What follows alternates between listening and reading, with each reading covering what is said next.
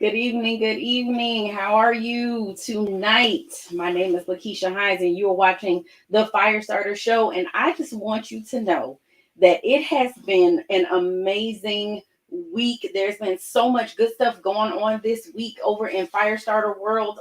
But yesterday, there was something huge going on yesterday. Yesterday was International Women's Day. I just want to say women are phenomenal. We are amazing. Trust me, I love men too. Don't get me wrong. But ladies, girls, we run the world, right? Like there's no doubt about this. There's so much that would not be in existence if it were not for us. So I just want to shout out all my ladies and say happy International Day, week, month, year, century, whatever. We should be celebrated all the time, right? This is my mind, but I'm biased, of course. So tonight we're going to be talking about communication and how that impacts couples and relationships. And I am not on my own. I actually have company tonight. I have guests tonight. Chuck and Linda are with me tonight. How are you guys feeling? How are you feeling tonight? Yeah, it's a great It's day. good. It's Yeah. Thursday. The week's Yes. almost over. We've had a good week. Yeah. Yeah, we're excited to be here with you. Yes, That's for definitely. sure. It's good seeing you again. Yes, the week is almost over. I forget that my show's on Thursday nights, and then we have Friday, and then it's the weekend. So this is like the perfect precursor to Friday, and you guys beginning to start your weekend. So we're going Yes. to dive right in because Okay. one of the biggest challenges with couples is communication. This is one of the biggest issues that we know impact couples when we think about the major problems that cause discord and create disconnect. It's usually communication. So we are hopefully going to give you something that will resonate with you, that will help you to be able to communicate better with your spouse, with your partner, and hopefully set you guys up for success in terms of communication. So the Yeah. first thing that we're going to talk about tonight is active listening. Okay, so here's the thing. I'm going to talk to my ladies first with this Mhm. active listening. So we have a tendency, ladies, to want to have a conversation with our spouses at the wrong time. When Mm. he's watching the game, when he is gaming, I see what you're Playing the doing, game. playing the game, right? When it's just like he's had a long day from work, he just got home, literally just walked in the door. These are not the most opportune times to try to have a conversation with our spouses. So, timing is everything when it comes Yes. to Yeah. having a conversation if we want our spouses to engage in active listening. But Chuck, you're the man here. You're the only male here. So Okay. what wisdom do you have to impart on these ladies about what is the best opportunity for you to engage in active listening as well as your male counterparts? Yeah, sure. Well, first off, thank you. And yes, happy Women's Day month, year. Every day should be Women's Day. That's a fact. So yeah, for me, the first thing I would I'm gonna keep it in the circle, draw a circle around Uh-huh. myself, and Uh-huh. just ask me, hey, is now a good time to talk? It's pretty straightforward. If it's not, no, it's not a good time to talk. Give me 8 minutes. Let me go put my stuff down. Let me hit. The traffic was bad. Let me wash my face off or something real quick. Just give me a minute to exhale, and I'll be right back. Then let's go. I'll get something to drink and we'll have a talk. Yeah, exactly. Right. That's it for me. Just say, hey, babe, is now a good time to talk? If it is, yeah, let's go right into it. But if it's Yeah. not, But yeah, that's what I'm saying. It's okay if he says, no, it's not a good time to talk. Don't take offense of it right, because he's actually genuinely telling you, no, if you have something important to tell me or talk to me, it's okay to say, all right, well, I'll wait till you're ready because, generally what we have to say, we want to make sure they're hearing us. So, correct. and if he's Mhm. willing to tell you, Yeah, no, not now. yeah. Let's wait. I'm like, okay, I'll wait till you're ready. Because if I say yes and it's not, Mm. my brain is somewhere else. then I'm not going to hear what she's saying, what she's bringing to me. It's going to get in one ear, out the other. It's going to get missed. Yeah. And then I'm going to notice, like, he's not listening to me. Why is he not listening? We have a situation. Yes. Then we have a situation. Yes. Exactly. So it's really that simple. Just say, hey, babe, is now a good time to talk? I love that. I love that. And listen, the reason why I went to you first, Chuck, is because, you know, ladies, we have a tendency to make things complicated. We have a tendency to make them difficult. And for men, it's like so simple. He said, just ask me if it's a good time. Yeah. And I love Correct. what you said. I love what you said too, Linda, about the fact that sometimes, you know, I do know for sure, especially clients that I work with, you know, the ladies will ask their husbands that and they say, no, it's not a good time. And then they're upset. So I love the point that you said that, listen, it's okay if it's not a good time.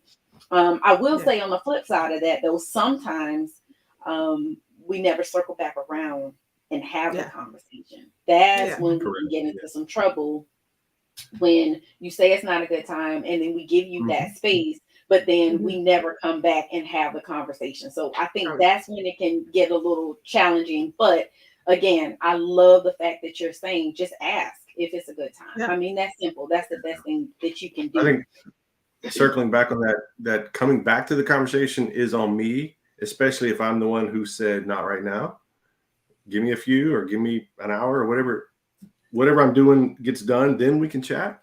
I think that's on me to follow through rather, and come to her and say, hey, okay, babe, now's a great time. What you want to chat about? Yeah. I love that. Yeah, I agree. I agree. Because if you're saying it's not the right time, you got to let us know when it is a good time. So some of the things that I think are really important with active listening is, first of all, pay attention. And so that makes sense. Like if you said, Chuck, you know, if I say yes, that it's a good time and it's really not a good time, most likely she's not going to have your undivided attention. So correct. To be able to engage in active listening, we must have each other's undivided attention. We have to show that we're listening. So there are things that we can do to show that we're listening. We can nod, we can make eye contact, obviously. And, you know, you get some of the right? So we're actually showing, we're giving that body language, you're giving a verbal cue that we're actually listening. Providing feedback is really good too. That, hey, you know, I heard you say this. Is that what you mean? Exactly. So yeah, that's it too. If she unloads on me, you know, drink from the fire hose with whatever the issue is, that may be too much for me to comprehend at that moment or make sure I understand. I don't want to miss what she's bringing, right? So I may, like you said, I may need to say, okay, what I heard you say was this. And then if it's not what she said, she needs to pause and maybe rephrase it, tweak it a little bit to make sure I understand what she's saying. Yeah, I find it make it short, you know, and short paraphrases is just to make sure he takes it in bit by bit, because if not, you're just throwing it all that he can misinterpret it in his mind and thinking it's, you know, one way or another when it's not either one. You know, it's I simply want you to hear me. You don't have to agree with me. I just need you to understand what I'm saying. You know. Yeah. Yes. Did you all ever hear that sermon? It was T.D. Jakes that did it, and he said that men talk in straight lines and women talk in circles. And so when men communicate, they're very clear, concise, direct, straightforward to the point. When we have a tendency to circle around and around and around before we land the plane, he's like, just land the plane. So that's what popped in my head when you said that. Like, keep it short and concise so that they understand exactly what it is that we're saying. Especially if it's a big thing too, right? Now, if it's what do we want to do on Saturday, you know, for example, that's usually pretty straightforward to come through and get on a simple understanding of, you know, here's our calendar, here's what the schedule looks like, for example. That's pretty easy. But if it's like, you know, hey, there's a bill due, or there's a medical thing we got to talk through, or college kid we got to talk through, when it's really heavy, those are important times that we need to be focused on the conversation. And they need to be short. Yes. Yeah. Short phrases. It wasn't always like that. It took a minute. I mean, we just hit 24 years this year, Oh, So congratulations. yeah, thank you. I mean, the first couple was, I mean, you might get a text. Here's what I thought it was going to be, and she thought it was going to be that way, and then we completely missed. Right? It's just gone out the door. The next thing you know, we're having one of those situations we talked about. Yeah. So Right. it definitely did not come. It took work, and it still takes work. Right? We don't do it perfect every time, but we try. Yeah. You know, I think one of the biggest misconceptions that couples have too is that they're not going to have to continue to work. And like, I don't know who told people that. Like, where did that come from? That you don't have to constantly be working on this marriage thing. And I was listening, like, I don't even watch a show. I was channel surfing one day and I saw Sherry Shepherd, you know, she took over the Wendy Williams show, and she was on and she was talking about all of her friends who were married, and they kept talking about this work. And she's like, I keep hearing about this work. I keep hearing about this work. She's like, if it's that much work, I don't want to do it. But I'm like, I understand what she was saying, but at the same time, I'm like, it's so worth the reward. I think about other areas where I had to work really, really hard, and I'm like, I don't know that I really had a whole lot of benefit from that work, but the work that I'm putting in with this marriage every single day, I am definitely reaping the benefits. What about you guys? Yeah. How do you feel about that? Oh, totally. Go ahead. Gosh. Yeah. I mean, I believe everything you do and it's important to you, you work at it. You know, if you want to succeed in any area, you have to work at it. I don't know what area in anyone's life that you don't work at something, you know, at your job, you work at your job each day to get better. So you can get, you know, if you're up for a promotion later, they can see you're productive and you're worthy because of all the work you put in. So your marriage is no different. You know, this person that you've committed to be in your life forever, you know, you have to work at understanding how to navigate through life with them daily. You know, I had to learn that, okay, his language and my language are two different types of languages, and we need to be able to talk each other's language, you know. He's a quality times person and hunt, feely, touchy type person. I am not. So I know when he starts touching me, he needs some kind of affection at that moment. So I have to stop and say, okay, this is annoying me, but it's not for me. It's for him to, you know, for me to talk to his language at that time, you know. So we have to work on understanding how to communicate their language, you know. Well, of course, that's the love language, of course. And I think everyone should know about the love language because not everyone's love language is the same. So you just said a mouthful. You literally just said a mouthful. I want to touch on something that you said I think was very powerful, and I want to make sure people don't miss that. What you said was, it's not about me, it's for him. And when we get married, oh my gosh, so many times we have this idea in our mind that I'm going in thinking what I'm going to get out of it. And that is the complete opposite of what God expected of us to do. The expectation was to go into this marriage to serve. So what that means is I am not focused on my own wants and needs and what I'm thinking that I'm focused on the wants and needs of my spouse. So if I'm focused on him and he's focused on me, aren't we both being taken care of? Yes, exactly. Yeah. That's exactly the way. That was a lesson I had to learn about halfway through, I guess, in that 10-year mark. Yeah. Where I was doing the things, you know, expecting rewards, so to speak. You know, just doing it because you're supposed to do that in marriage, check the box, move on. Whereas once I learned that once I learned that I wanted to do it out of kindness and I wanted to serve my wife, that's when things changed. She saw that I was genuinely serving her, not to get a reward, but because that was speaking to her heart. If she's a list person, and if I can take some things off that list to help her out, then that brings her joy and fills her tank. And it's simple. Once I learned that, holy moly, I mean, that's like fireworks are going off, you know? Game changer, right? Yeah, game changer. Exactly. Game changer. Yeah. It wasn't immediate. It took a minute, and we had to have a conversation, and someone else, we had to have, you know, maybe sometimes even a third party to help us kind of talk Right. through that and know that we're not perfect in it. And it's okay to ask for help. And that's how you're supposed to do it. And it's in the word as well. Serve. That's what he does. Yes. And he teaches that. So she's my bride, and she should be the one I serve the most. And now it brings me joy to serve her. Yeah. But what you said was about literally motive and intent. And we know many times, like, we can feel it when what we're doing for our spouses, if it's coming from a genuine, caring, loving, unselfish place, right, or if that motivation is based off of doing something to get something. So again, powerful what you just said, shifting that thought process and that mentality that it's not about trying to get a reward. It's not about praise. It's not about kudos. It's not about any of that. It's really about taking care of this person and showing them that I love them in a unique and special way, and kindness. Yes.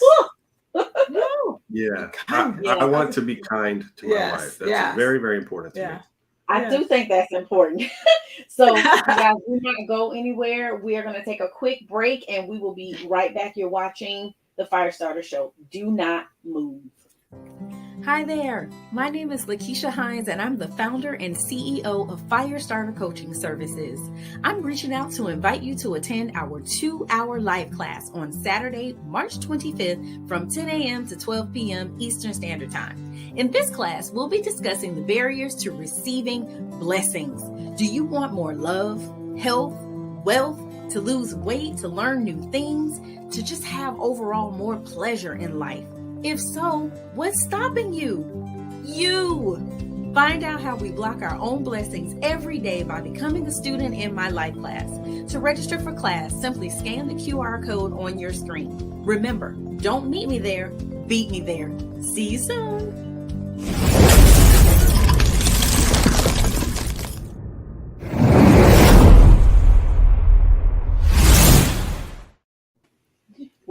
Welcome back again. You're watching the Firestarter Show, and tonight I'm joined with Chuck and Linda, and we're talking about communication. We're wanting to help your relationships not only to survive, we want them to thrive. We want you to get to the next level in your relationship so that you are able to experience the fullness of whatever it is that God has designed for your individual marriage. Now, with me saying that, I do want to say something. I'm feeling led to say to you that we should not be comparing our marriages to those of others. And many times I think I've been guilty of that in the past, seeing other couples and seeing how they interact and communicate with each other. And I'm like, oh, I want that. But the thing is, you don't know what they had to go through to get to where they are. And I don't want what they have. I want what God has for me.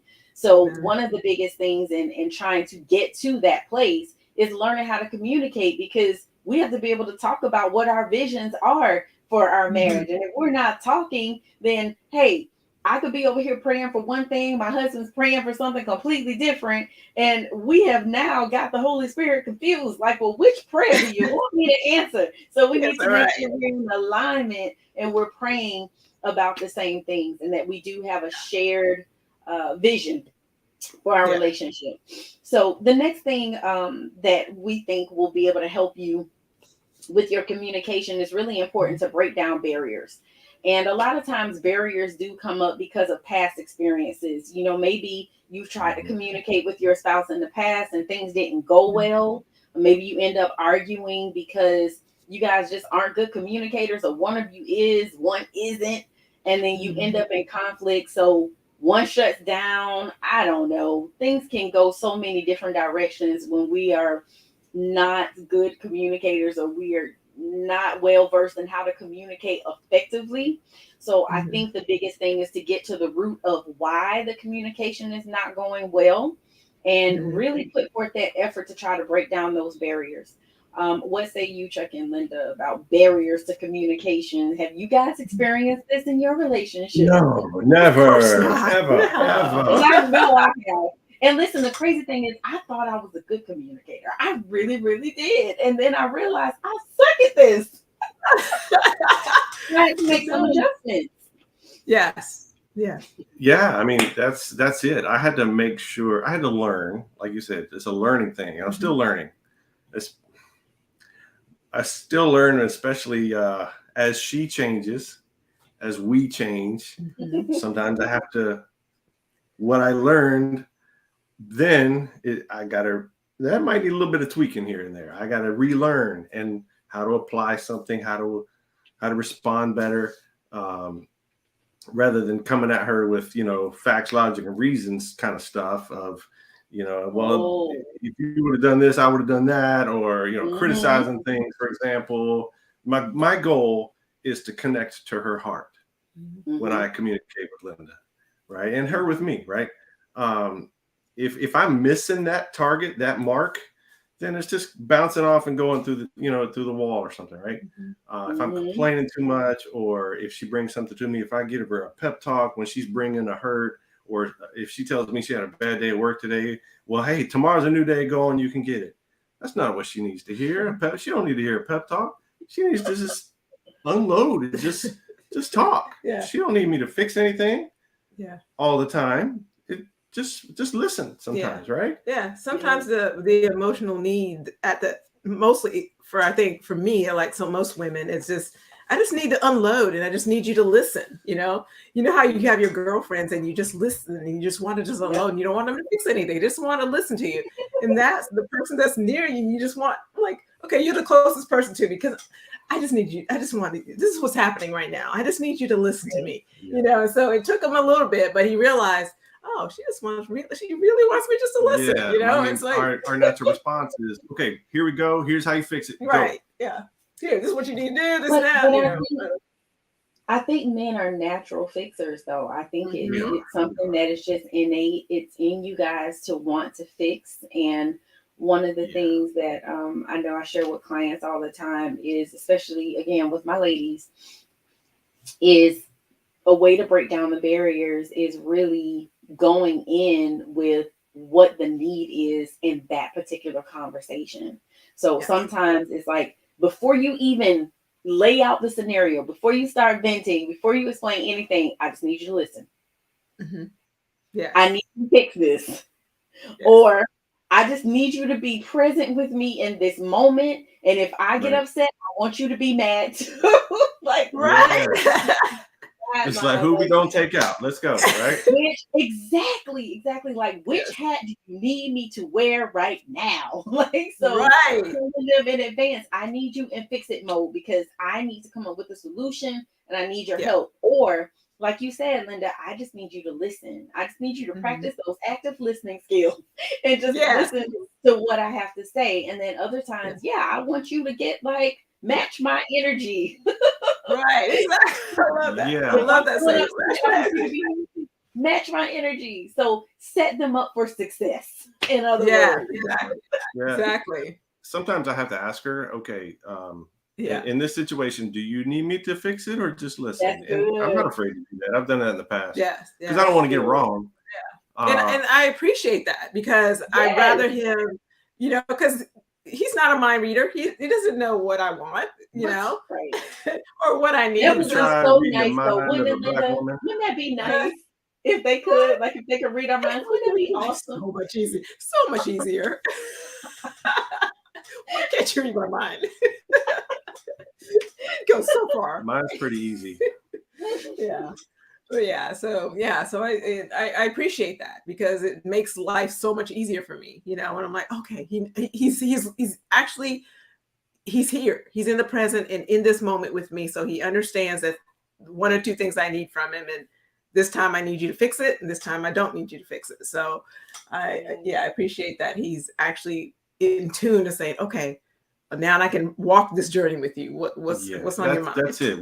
That puts us on the same page. And when I respond to her heart in the situation, it shows understanding, it shows empathy, whatever that the need might be, whatever the situation is. Yeah. If I'm angry or frustrated, and he knows how to respond. Exactly. Whether it's I recognize that she's hurting, for example.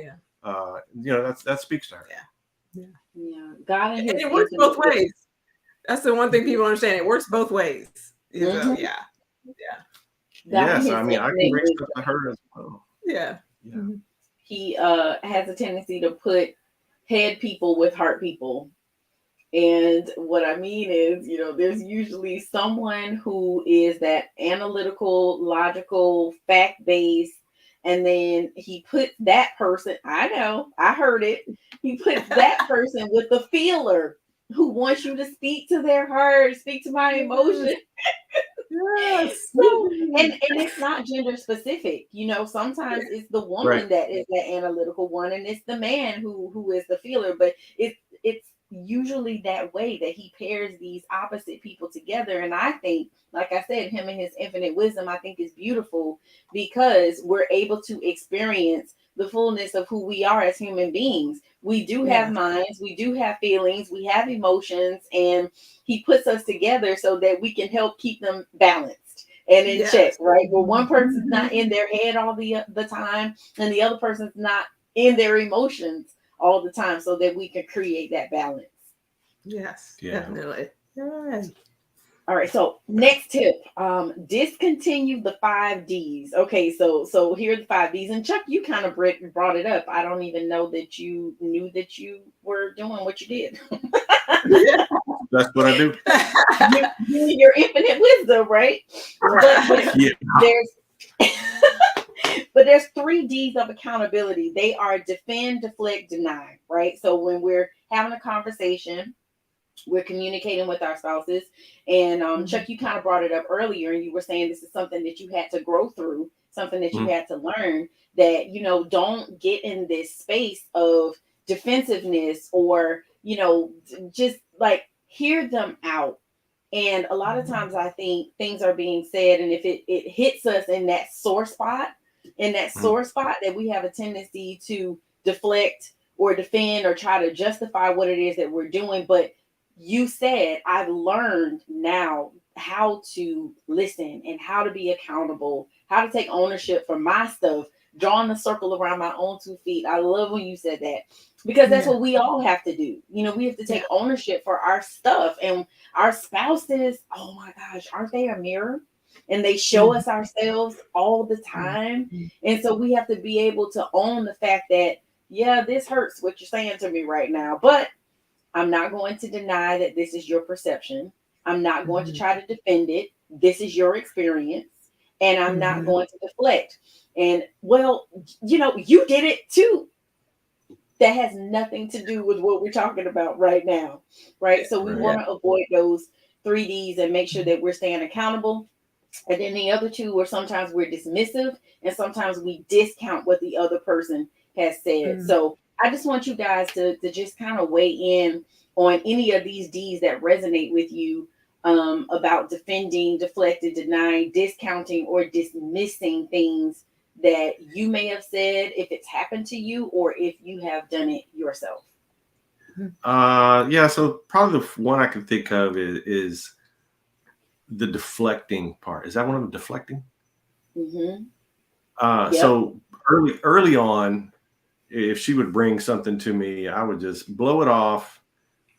Yeah, whatever. Listen to what my wife said. I go tell one of my boys or something about it, not addressing the problem when I was the problem, not owning it at all. And Same. now that we've kind of matured, learned a whole lot in our age and years, I would say.